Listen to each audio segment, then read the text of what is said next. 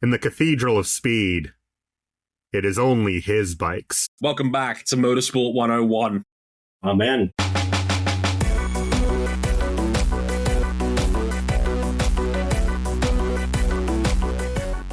Cam with this impromptu intro, because in the land of Pecco Bagnaia, may your woes be many and your wins few.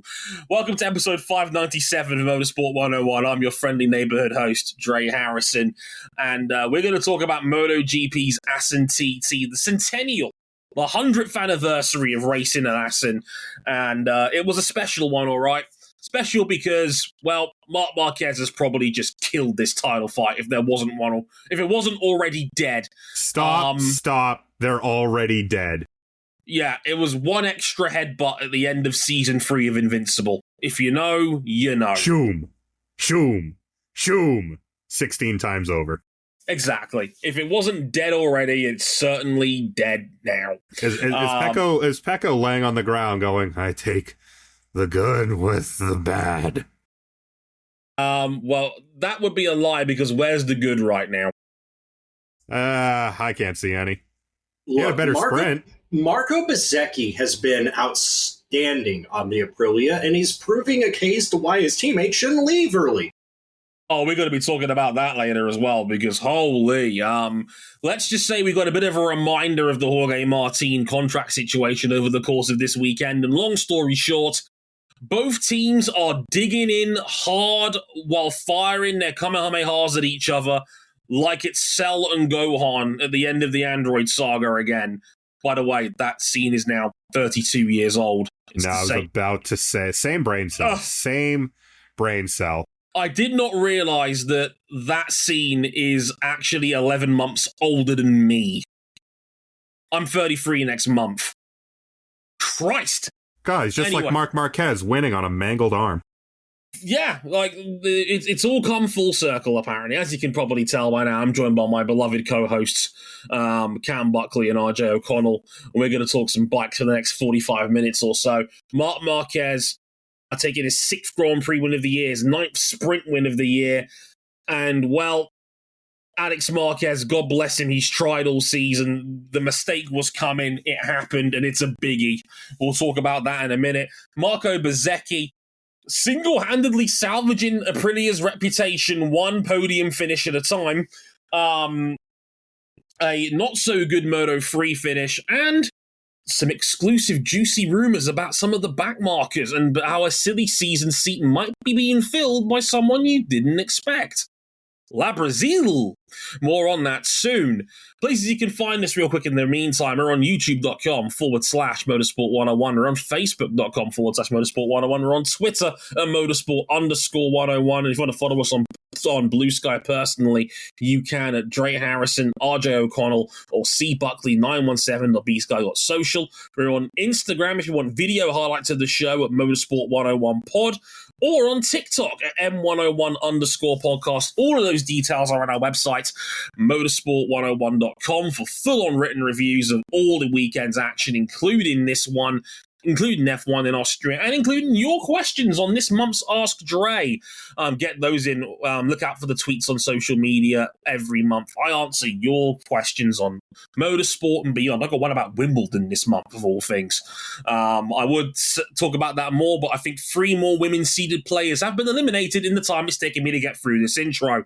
If you really back us financially, you can at patreon.com/motorsport101. $5 gets you early access to all of our content. You can upgrade to the $10 tier to listen to these episodes live as they're being recorded, as Ghost Raptor is, as Jason is right now. Thank you very much for listening in, fellas. Hope you enjoy the show. Without further ado, let's get into one of the big ones, one of the blue ribbon events of the year, the Assen TT.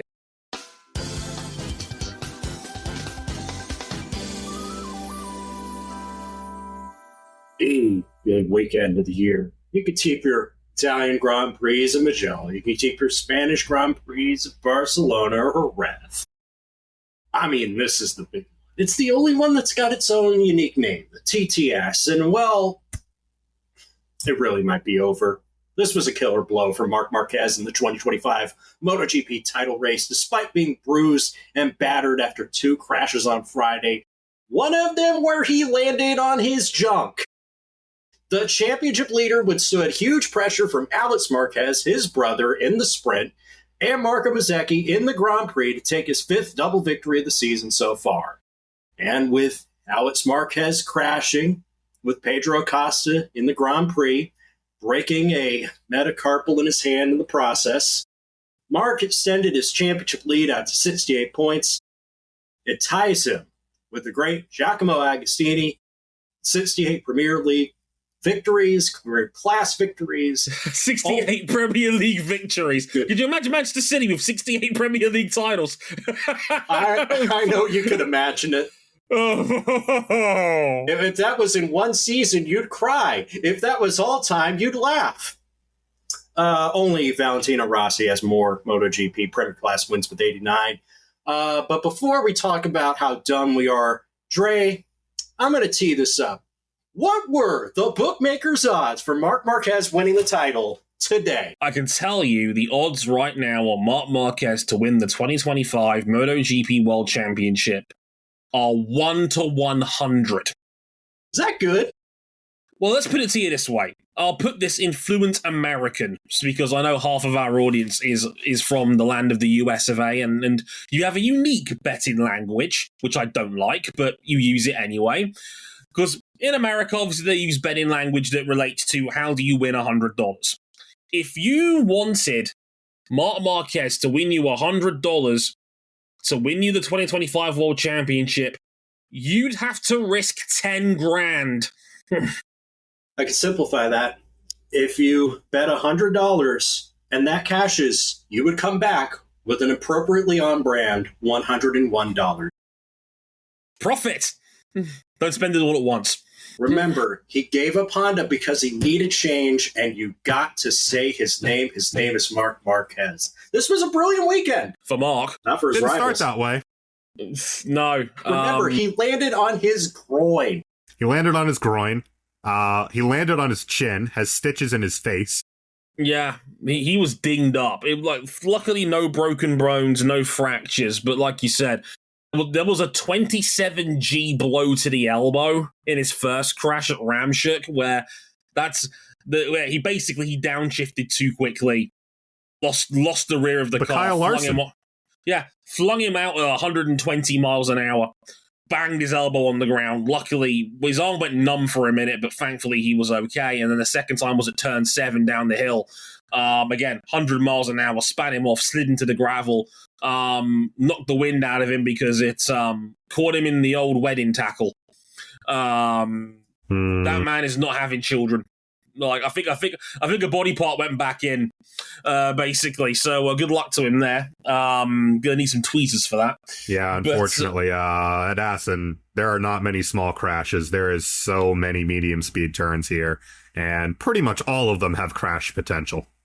Oh yeah, 100%. It's so easy to crash a bike at Assen. It's not even funny. But so he was bruised and battered, and he took to the sprint. He could only qualify 4th. He couldn't get a final lap in because he was blocked by. Well, he didn't get blocked. He almost lost the front into turn 1 on his final lap, and that was him done, basically. Fabio Quartararo had his 4th pole position of the year. It didn't really mean anything because Yamaha is still a donkey. But Marc Marquez got to the front at the end of lap 1 of the sprint, had his brother Alex behind him again, get really close, but just couldn't find a way past him because, and I think the best way of putting this, Cam, essentially was everywhere before an overtaking spot, Marc was so good that he couldn't get anyone behind him to line up a pass properly. Yeah, precisely. I mean, this was on raw lap time, a race where Marc was under real pressure, both in the sprint and in race trim. But really, it was the final few corners, 14, 15, and then through the chicane. He would set them up so well, I mean, Marc loves his left-handers, that he would be able to then take a slow-in, fast-out line through the final chicane, and that would protect him down into turn 1. And he was able to do that like clockwork all weekend. Wasn't necessarily the fastest way around the track, but it was a way that prevented anyone from getting a wheel up his inside, or even really trying.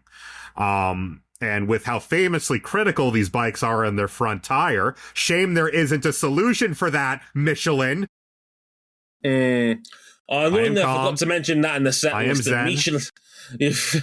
I forgot to mention this in the set list that Michelin announced this weekend that they are scrapping their plans to bring their new front tire in for 2026. Allegedly, not enough of the grid voted in favor of having them brought in. Teams like stability. There was only a vocal minority that really liked this tire, and as a result, Michelin decided, well, it's probably the fairest for the field to not bring this tire in. Now that's the politically correct answer. Yeah. I think the real answer is, why the fuck are they wasting all that money and developing a brand new tire if they're not going to be in the sport beyond the end of next year anyway? Yeah, where are they going now? Bye. Yeah, they're going to World Superbikes. Funny how that works. We just trade one tire manufacturer for another. They're literally swapping, like with Pirelli. What an enormous waste of all of our fucking time. Right. Yeah. With how critical the front ends were, it was hard to try and put the front wheel up the inside of someone here.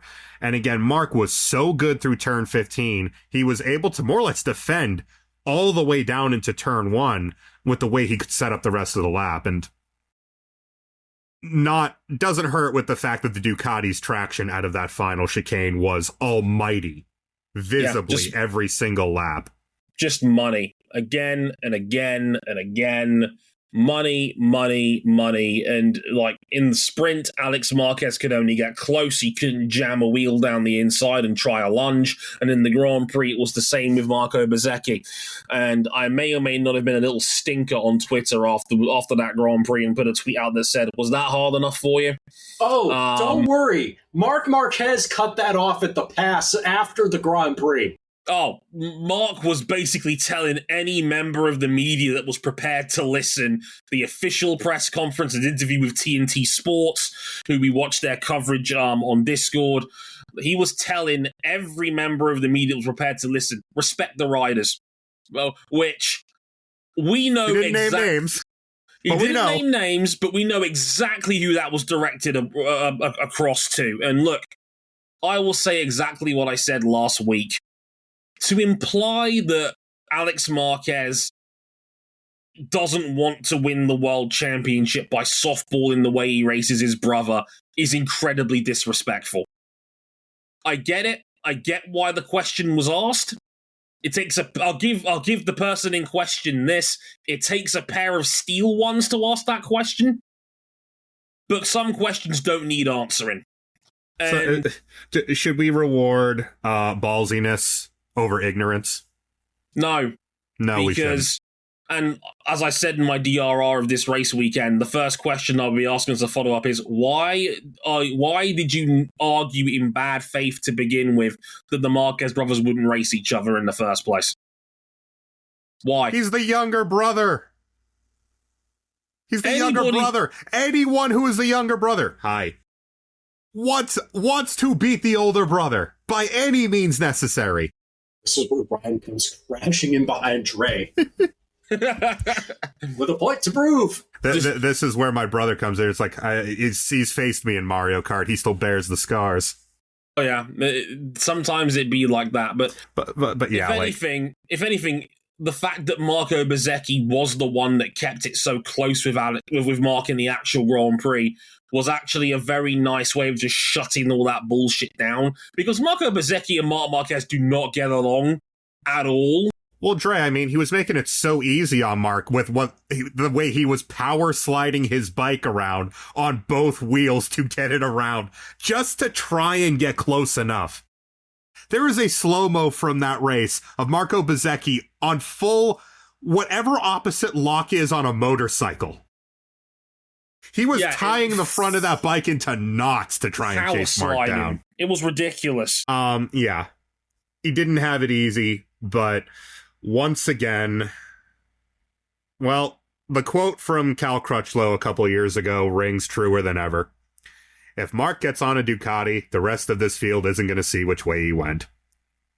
And this balloons that championship gap out to what is, objectively speaking, a fairly unassailable gap.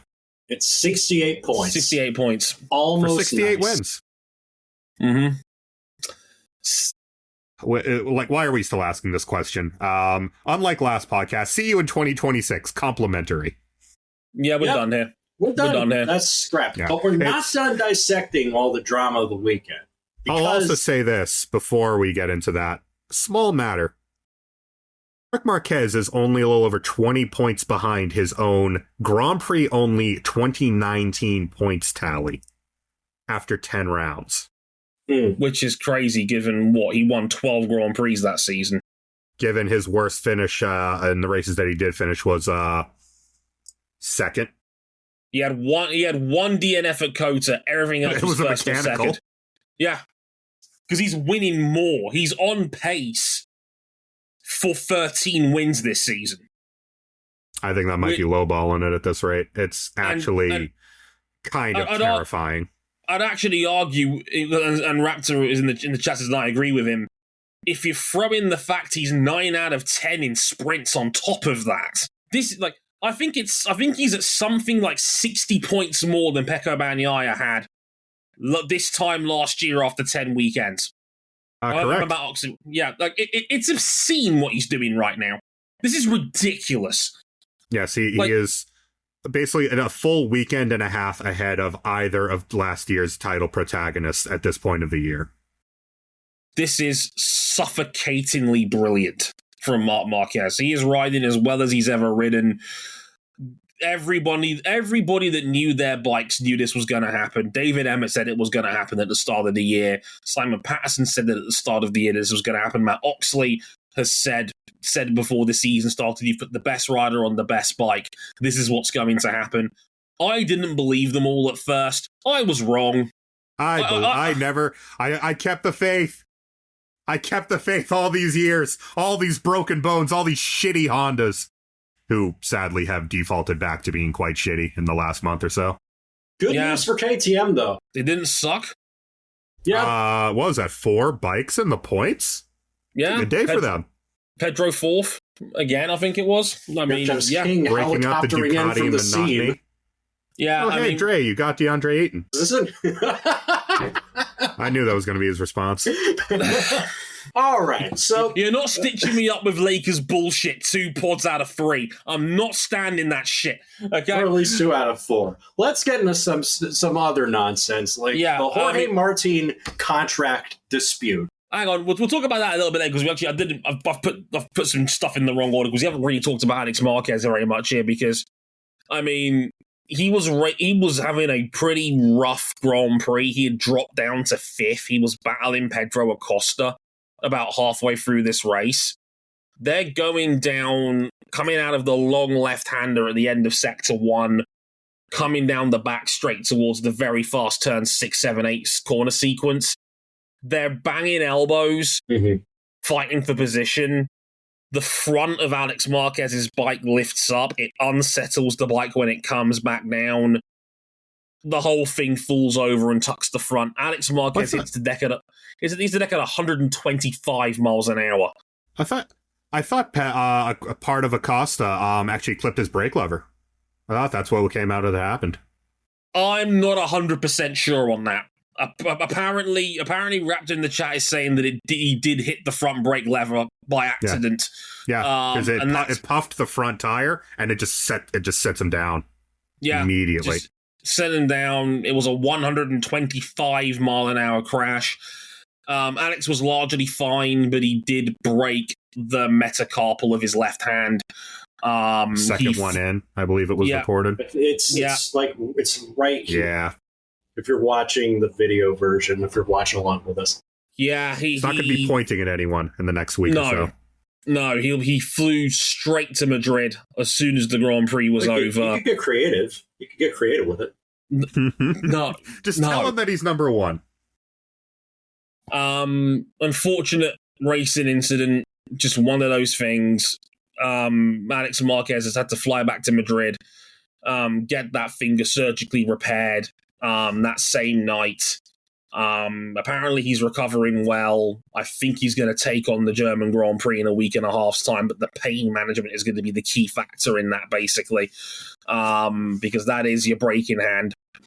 So we'll have to wait and see how that plays out. But the big real blow is 25 lost points to Marc Marquez in the title fight. Like I said, it's now a 68-point gap, and it's kind of sad that it took this crash for people to finally realize just how good Alex Marquez has been this season. It shouldn't have to come down to a crash that's effectively ended his title campaign for us to have this conversation. And again, certain people, I think, have spun Alex Marquez's campaign into a "why aren't you trying harder when he's having the best year of his life" sort of narrative discussion. But it's just sad because Alex Marquez has been brilliant and he didn't deserve that happening to him in that race. And that's just a shit way to completely suck the air out of this title fight, if you even want to call it a title fight. Yeah, if we weren't done before, we certainly are now. And I mean, he's got plenty of margin back to third because Pecco was, well, less said about this weekend, the better, which, again, Pecco at Assen, absolutely demolished by Marc Marquez at another one of his best tracks. Which, of course, means that he's then going to beat Mark at the Saxon Ring, because that's kind of how this year has been going. Fat fucking chance of that, by the way. Rotten. Yeah, if Marc Marquez relinquishes the Saxon Ring heavyweight championship, we are about to see things that should not be broadcast. I do host my other MotoGP podcast on the Motorsport Network, Tank Slappers, and my co-host for that, Yuri Pujamont, did joke that Somkiat Chantra is going to get lapped in that race, and I felt really bad after he said it. Oh, dear. Look, Somkiat is that a good segue to a bad topic?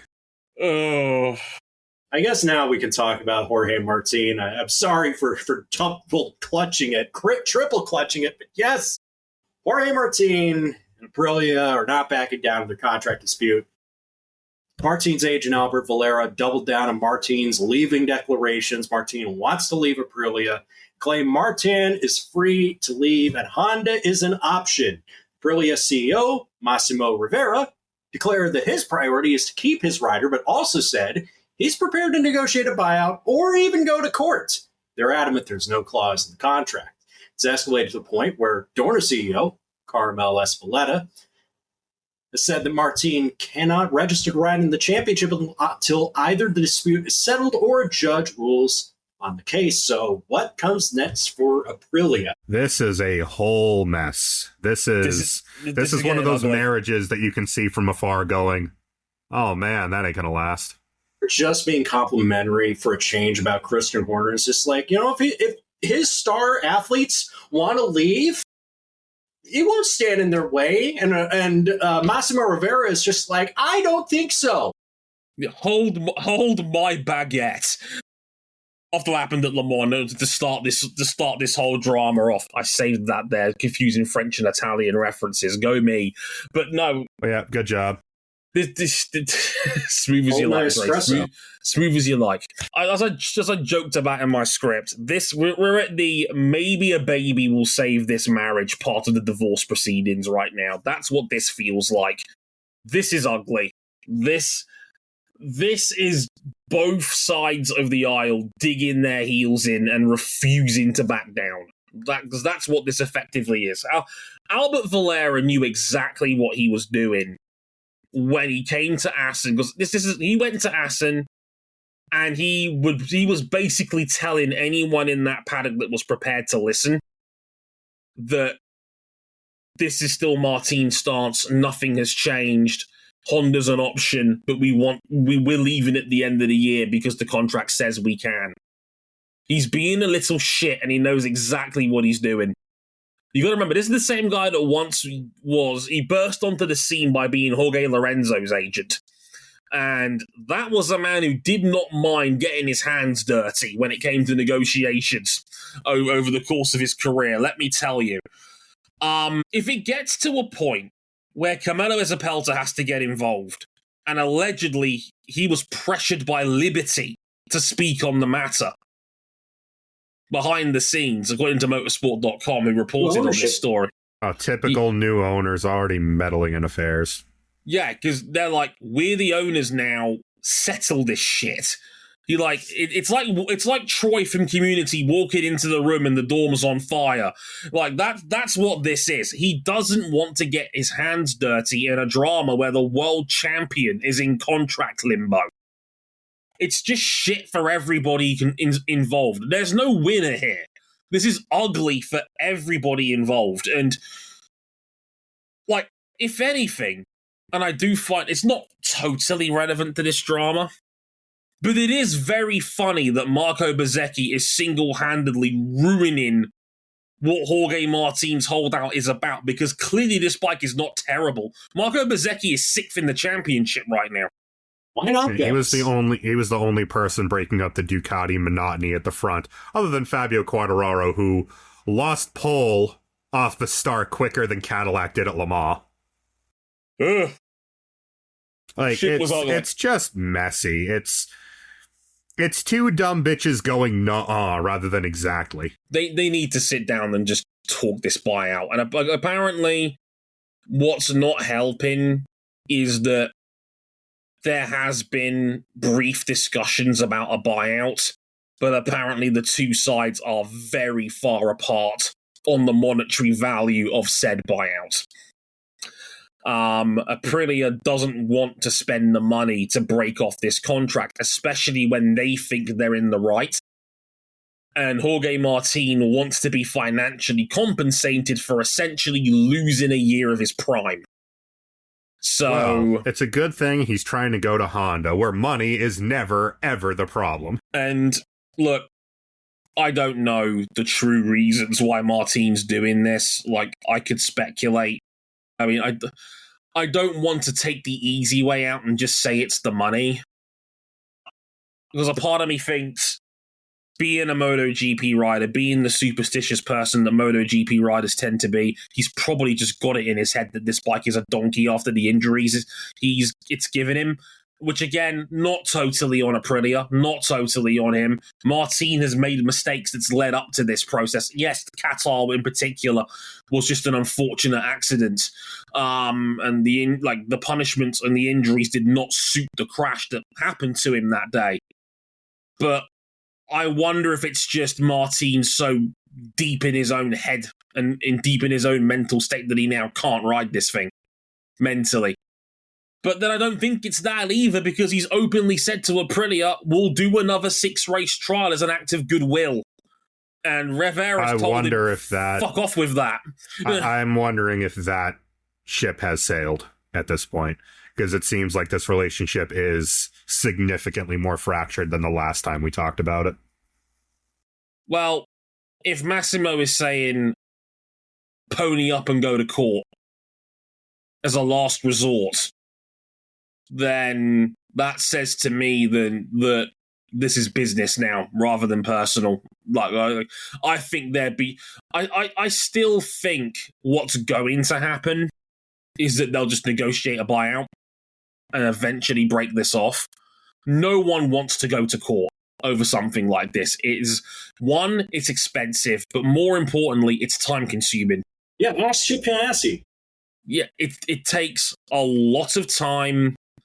And the thing about it as well is that if this went to a court, one, it would be in Milan, which Jorge Martin allegedly behind the scenes is not happy about, because it's an Italian soil, so he probably doesn't win a court case about this. And two, if it goes long in the courts and gets held up, Jorge has to honor the contract that he signed. Yeah, because MotoGP as an entity has stepped in and said, honor it or you are not a licensed MotoGP rider. Yeah. That's not just Ezapelta talking, that's on behalf of the Manufacturers Association and the IRTA, the Riders Teams Association. They're not going to take Jorge Martin playing hardball. They've basically come out on the record and said, sort your shit or you're not racing next year. It's that simple. And Honda have openly said, we're not touching this. we're not going to tap a rider up until we know his contract status is in the clear. So it's all one big stalemate right now. Someone needs to blink here. And I don't know who it's going to be, but this has to get settled. I increasingly feel, given the willingness that Massimo has to take it to court, I think it's going to have to be Martin. Because, like, what are you going to do if the entire sport has dug their heels in and said, well, honor this, or you're not riding next year? I don't know. I don't know what the game plan is from Albert Valera and Jorge Martin's camp. Like, what are they holding out for here? Practically, like, we don't have precedent for this. Not in this sport. Because normally, if a rider doesn't want to race for a team, 9 times out of 10, the team will just say, all right, fine, we'll break off your contract and off you go. Happens in bike racing all the time. But this is a situation where Martin wants to leave because of a clause in a contract. And Aprilia is like, no, we want you to stay. Like Massimo himself said, his priority is he wants to keep Martin. That's the weird thing about all this. If Jorge Martin tomorrow came out and said, I've changed my mind, I want to stay at Aprilia, Massimo would welcome him back with open arms. Right now. I don't disbelieve him when he says his priority is wanting to keep Martin. He knows how good Jorge Martin is. He knows he's the reigning world champion. He's the reigning world champion, and he's openly said, I will forget this whole shit ever happened if you change your mind right now. And it's like, Aprilia is saying, please stay. We don't want to do this. And Martin's like, nuh-uh, I want out. This is such a bizarre situation. It really is. And again, neither side is prepared to back down. It's crazy. I think I am concerned with what the consequences will be if those involved dig their heels in any further. They've got to settle this out of court. Like, someone's going to have to blink on this one. Because, like I said, I don't think either party wants to see this in a courtroom get settled or have a judge try and settle this. If you can avoid it, you'll take anything to avoid that option. And we've got Kira in the chat, for example, saying it feels like there has to be more to it than we know, but I can't imagine what. I fully agree. It feels like a piece of the puzzle is missing, but I don't know what it is. I can't tell you. This is the... Valentino at Ducati did not deteriorate this quick. Jorge Lorenzo at Honda didn't deteriorate this quick. Yeah, and Lorenzo pulled a fast one and faked a retirement. And it was less ugly than this. That's one of the craziest things. Like, that happened. It's very, very odd. There has to be more to it that we don't know. But, like, and that makes me wonder, like, if it does end up in court, we're going to find out what that is. It's all going to get laid out on the table. We'll be able to read it. And we'll know for ourselves what the language of this contract reads. The problem is, what I'm almost certain will happen in that situation is one of the best bike riders in the world is going to be contractually sidelined rather than injury sidelined for at least a year. Yeah. Raptor summed it up in the chat very, very well, where it was like, it's very F1 in 1994. Where Bernie Ecclestone was trying to do everything to get Nigel Mansell back on the F1 grid, coming off the back of 93, where Mansell was negotiating with Williams, and it just did not come together, and it was just to the point where Mansell just straight up retired because he just couldn't take it anymore. Well, first he went to McLaren after a chunk of change in 94, and then he retired. Yeah. More or less. And the McLaren stint went so good for Nigel Mansell. Yeah. The golf club was real busy. Yeah, 100%. What a messy bitch of a situation that is. And I still have no idea how it's going to go. Because like as Cam said, this is unprecedented. We've never seen this in MotoGP. And I wonder, one more point to add to this as well. What does Honda do? Honda wants Jorge Martin. And I don't blame they said it themselves that they are not going to involve themselves in this. And I would say pick a side. They're not going to shoot their shot unless this contract situation is resolved. And I don't think it's going to get resolved this year. And Honda respect Aprilia. They've already had meetings between the two parties. Honda have got a gentleman's agreement with Aprilia saying we will not interfere until this is settled, basically. Like, they've put themselves, like, Alberto Puig has said on the record, you'd be an idiot not to want Jorge Martin in your MotoGP team. And looking at the free agency market, if Jorge Martin hits that market, he's number one by a country mile compared to who else is out there. Yeah, copy and paste our discussion regarding George Russell and Max Verstappen. Every team on this grid would kill to have Jorge Martin, other than Ducati, because they're doing just fine right now. But how long would a manufacturer like Honda be prepared to wait before they've got to sort out their own ducks in a row? Because they've got multiple riders that are also out of contract at the end of the season. Johann Zarco is a free agent end of the year. Luca Marini is a free agent, and Somkiat Chantra has a performance break clause in his contract at the end of the season. So they could potentially be rotating around 3 of their seats for next year. I don't think it'll actually be that complicated, but there's one person who I guarantee will be riding a Honda next year, Dre. That'd be Johann Zarco. Yes.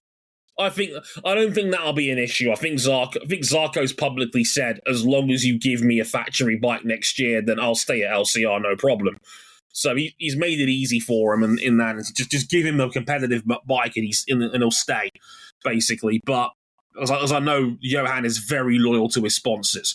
And credit to him where that's concerned. But it's a good thing both teams have the same sponsor then. Indeed. But how long does Honda leave it? And you got to remember as well, Pedro Acosta is still allegedly behind the scenes fighting for a release. There's not a lot of riders that are happy with where they're at right now. Everybody wants to be a Ducati except for Jorge Martin. Yeah, Fabio Quartararo let rip before this weekend even started. You chose this. By the way, great livery. R7's one of my favorite bikes ever. 10 out of 10. Good choice. Unfortunately, it was just as slow as the R7 was at the end of the 90s, when every time they tried to get horsepower out of it, the crankshaft exploded. My God, the Yamaha is bad in race trim. Yeah. You chose this. You got your bag, and you get to spend your money as your bike is, slowly. Yeah. And Honda have, let's just say, regressed to the mean aggressively this past month or so. Ever since Silverstone, they're back to being fringe point scorers. Yeah. For the most part. Which is still an improvement on last year, given everything is an improvement on last year's Honda. But I don't know about this factory Honda lineup going forward.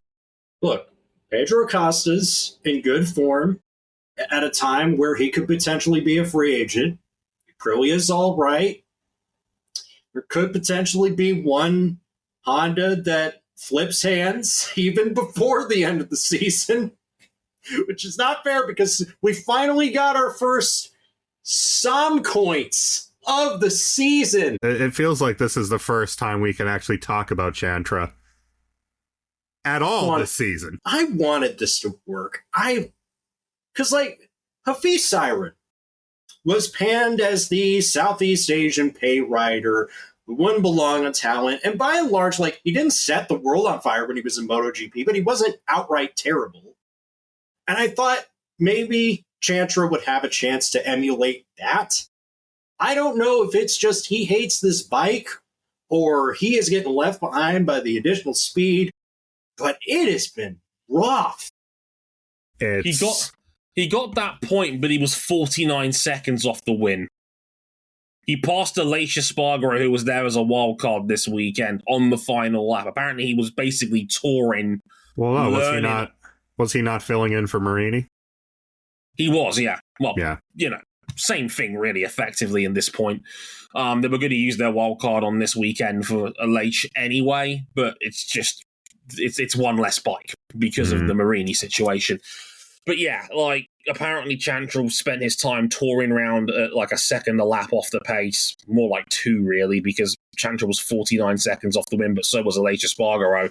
and he was learning off watching Aleix ride the bike and then passed him on the final lap, which, look, I'm happy for Som Kiat. He's a really nice guy.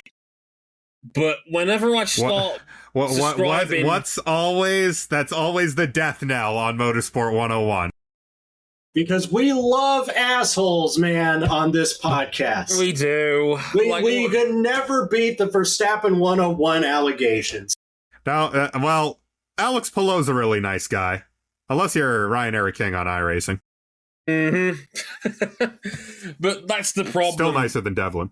That's the problem. Like, the race reported this weekend that apparently Chantra is so below par, LCR are prepared to basically hand Idemitsu their money back for the lucrative title sponsor of that second bike, just so they can move on from Chantra. Yeah, forget pay rider. That is, legitimately speaking, a paid bike. That bike is subsidized in its pretty much its entirety by Idemitsu. And if LCR is willing to hand that money back and say, no thanks, we're good, oh, it's got to be worse. It's got to be a lot worse on the inside than what we're seeing. Well, let's put it to you this way. Chandra was a second and a half a lap off the pace.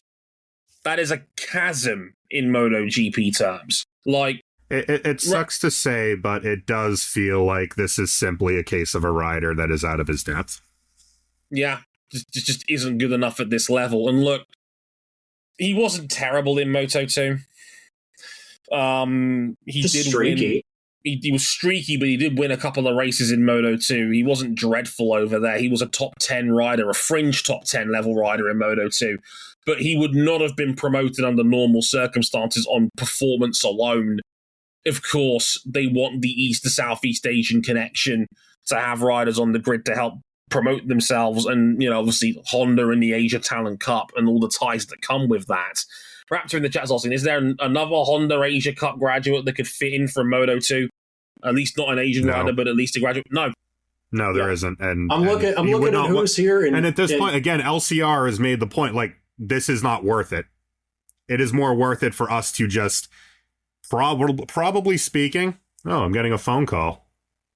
Scam likely. Very neat. It's probably more likely that they just ask Castrol, hey, on the phone. Ayumu Sasaki and Yuki Tsukuni are struggling in Moto2 so far this year. Here's the deal. LCR will probably just ask Castrol, and Honda can probably tug on their ear as well. Do you want to just sponsor all 4 bikes? Why not? Because discount deal. Exactly, and look at it like this. Like, let's say they get Jorge Martin. Purely hypothetical. You probably want to keep Marini on, given he has been a great token for their development. He has given them solid feedback. You plug him into the other LCR alongside Zarco, and then it's probably Mir and Martin on the factory bikes. Yeah, apparently Luca Marini is well liked in the Honda camp for his development and his feedback and his intuition, and you know he did earn a party favor by going out to Japan and helping them out with their Suzuka 8-hour prep as well. He's made a sincere effort to try and yeah, he is coming up soon. Yeah, he's made a sincere effort to, you know, build a relationship with Honda. He wants to stay, you know, and I think they could. I don't think you let Luca Marini go. I think he's more than good enough to still be there in that team. And like, if you're Honda right now, you still need all the help you can get developmentally. You're still, I mean, look, Honda are not what they were even 5 years ago. But still, the more development that you've got to throw at this, the better off you're probably going to start 2027 with the major reset on the bikes. It's time to kick the tires on a third chance for Iker Lecuona. Oh.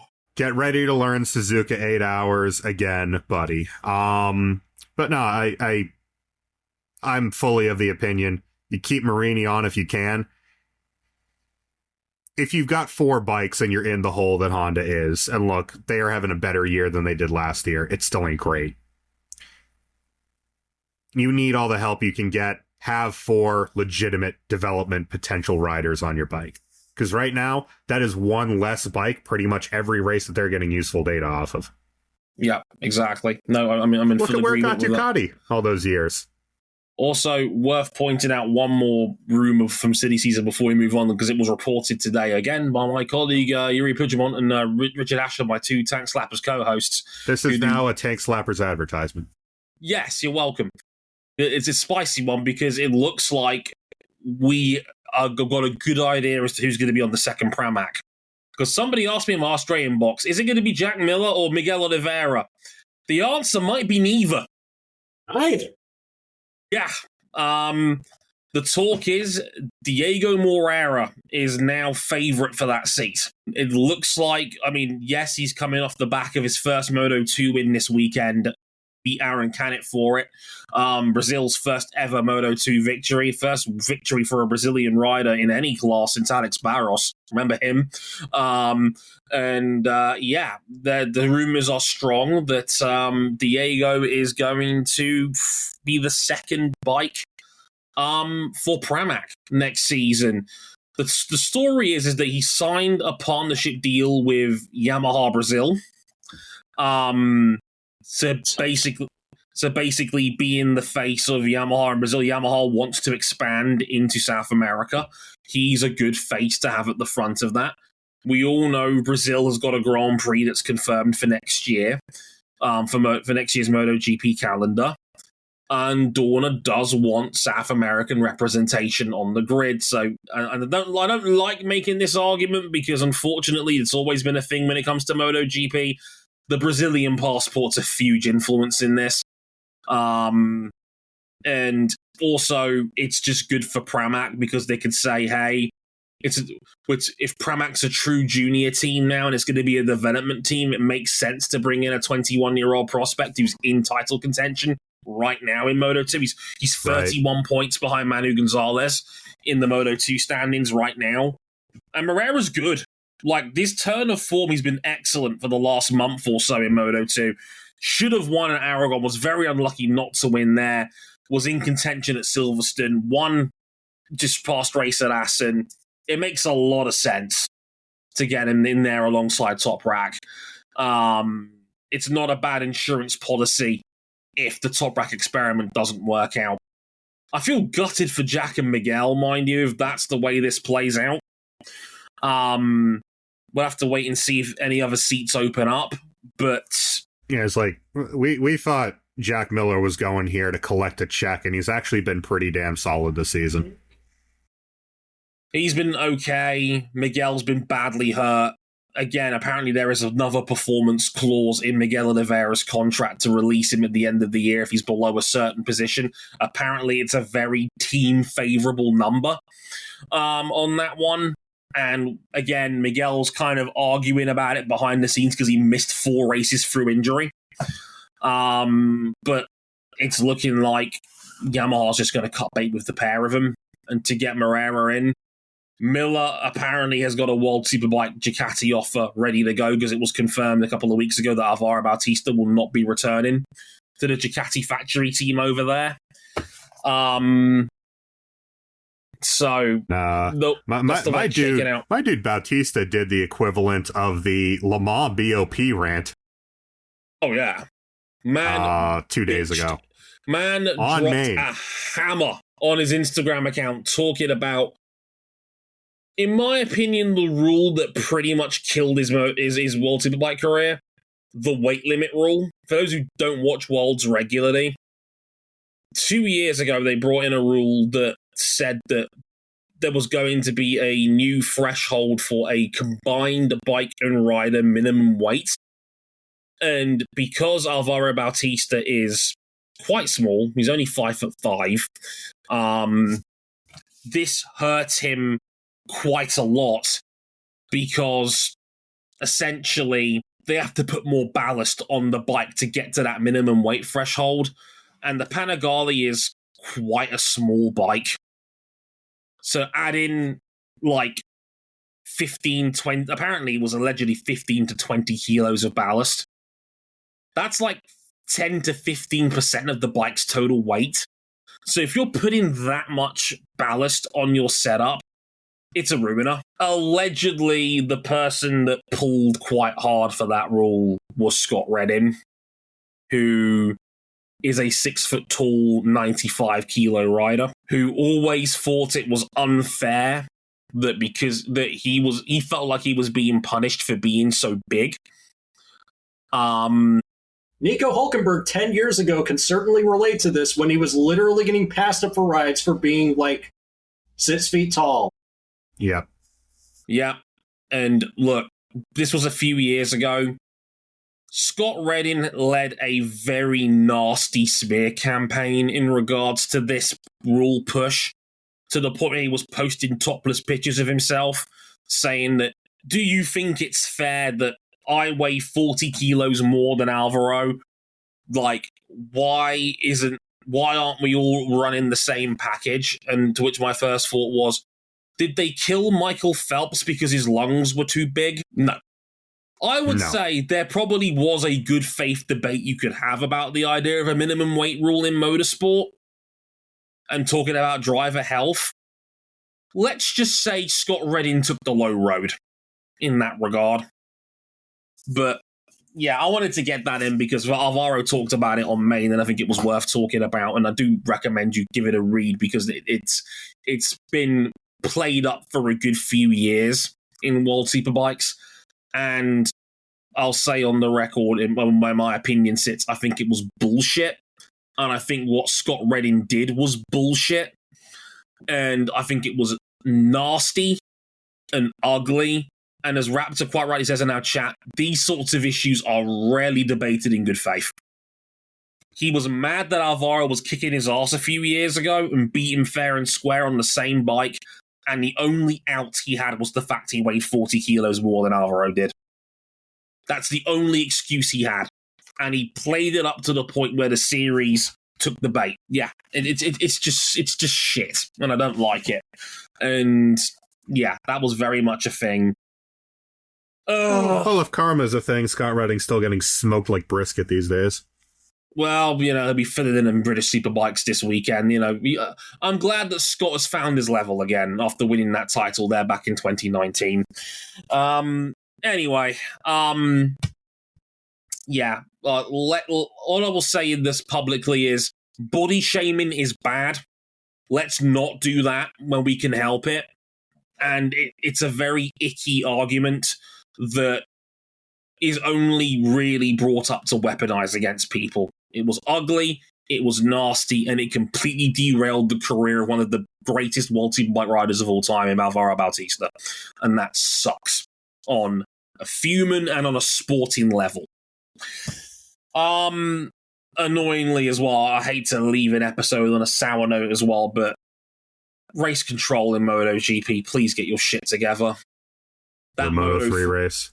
That Moto3 race was horrendous. For those who haven't seen it, and I'm going to be honest here, you probably don't want to go out of your way to find the footage. The penultimate lap of that race, and I warn you, I'm going to be quite vivid in the details here. At the final chicane, Luca Lunetta was run over by another competitor at the final chicane of on the penultimate lap of the Moto3 race. It was a 3-bike crash between him, Tayo Furusato, and David Almanza. Lunetta was run over as he fed off his bike by another competitor. They ended up in the wall. Luca Lunetta sadly has broken his leg as a result of this incident. And let me tell you, he is a very, very lucky boy. It was just a broken leg. Yeah.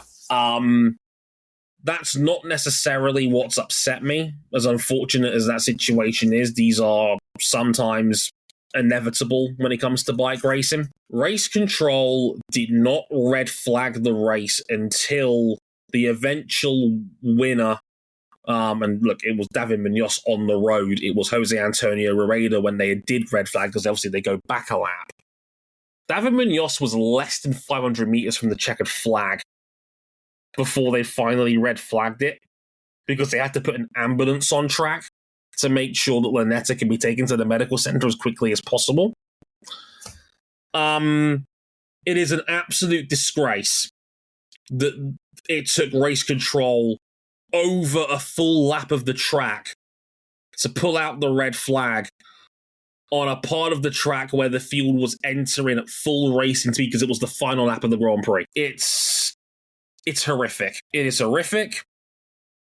Technically speaking, David Munoz overtook a rider under a red flag, which should be a severe punishment, quite frankly. No further action was taken. Yeah, no punishment for that. It just angers me that race control and the safety commission involved are taking a dangerous level of risk in officiating these races where red flags are just seemingly the absolute final resort when they shouldn't be. That, like, we saw on the hard camera the Lynetta get running over. That race should have been halted immediately. But when it should be the only option. That is a scenario you don't need. You can see the replay once and your race control, and you have angles that we don't even see. It is absurd to me that that race was not immediately red flagged. No matter, regardless of whether he was injured or not. They had it on the hard camera. We could all see it. Everybody knew what they had just seen. And they let them go around for a full lap and come back around to the scene of the incident before they red flagged it. That's appalling. That is farcical race control, from race not control. Fit for purpose. Yeah, it is absolutely farcical. There needs to be a third-party investigation into the race control department of how that race was officiated, because that they are a liability if that is what is going down at the end of a Moto3 race. If they can't see that, then they are not fit to do their jobs properly. I could get into a huge debate about the state of Moto3 and how we need more power and we need to just effectively just stop this pack racing nonsense, because it is getting to the point where it is like it you can be subjective about the entertainment value in all of this. It's incredibly dangerous at this point. The amount of aggressive moves that were in the end of that Moto3 race was stark. It was dangerous to the point where I was watching with like my fingers over my eyes. I don't want to keep having this conversation. Jason Dupasquier we lost him in 2021. He was one of 3 riders that lost their lives in major motorcycle series bike races. That was a dark year, 2021. And I don't want to go through that sort of year again. The sport has dodged serious bullets since then. And I don't want to keep having this conversation. This is avoidable. We can do something about this. Get your shit together, Dorna. Stop hiring Nepo babies in safety roles and get a race control department that actually knows what it's fucking doing. Otherwise, people may die. And that's not me exaggerating. That's not me going over the top for the sake of trying to pull an audience number in. Because people have died. And I keep having to have this conversation on a podcast, and I don't really want to keep doing it, to be honest with you. I don't want to look at Moto3 and say to myself, I don't want to watch you because it's too dangerous. I shouldn't have to feel that way about any sporting series, let alone motorcycle racing. It's ridiculous. We're back, MotoGP-wise, in a week and a half's time at the Saxon Ring. Marc Marquez puts the belt on the line. Oh, yay. Can't wait for that one. Well, in case you thought that these previous tracks didn't suit Marc Marquez, well, this one will. Good to luck. know. We'll be back next week to talk about Formula One's British Grand Prix and IndyCar's Mid-Ohio 200. We'll see you then. I've been Dre Harrison. They've been RJ O'Connell and Cam Buckley. Thank you very much for listening, and we'll catch you guys soon. Take care.